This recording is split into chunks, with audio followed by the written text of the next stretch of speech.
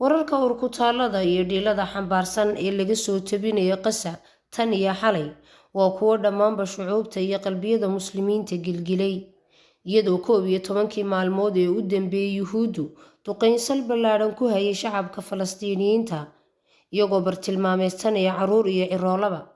haddaba habeenkii xalay ahaa uu ka duwanaa habeenadii kale waxaana dhacday duqeyntii ugu wuxuushnimada badnayd iyagoo cisbitaallo lagula tacaalayay dadkii ay iyagu duqeeyeen ay hal mar la eegteen gantaal dhulka la simay.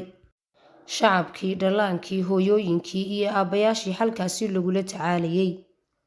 duqeyntan argagaxa lahayd ayaa waxa ay galaafatay nolosha in ka badan 1,000 qof. dhacdadii xalay dhacday ma aha mid erey iyo hadal toona lagu cabiri karo.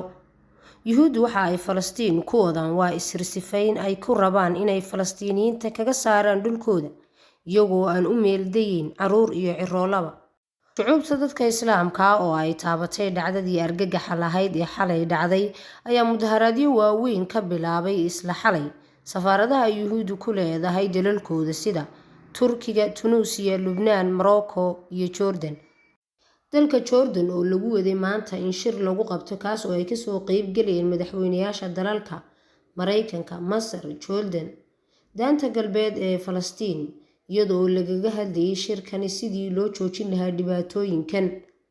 laakiin Jordan ayaa ka biyo diiday inuu shirkaasi qabsoomo oo uu dhaco kadib dhacdadii foosha xumayd ee yuhuuddu xalay kula kacday cisbitaalka ku yaala Gaza. waxa ay shacabka Falastiin la daala dhacayaan murugada dhaawaca iyo meydka tirada beelay ee dadkooda taasi oo ka soo gaadhay musiibadii argagaxa lahayd ee yuhuuddu xalay tolo u geysatay. fadlan sii sheergaree si ay dhammaanba muslimiintu ugu duceeyaan walaalaheena reer Falastiin. waxaan idinkula wadaagi doonaa wararka ka soo kordha dagaalada ka socda Falastiin.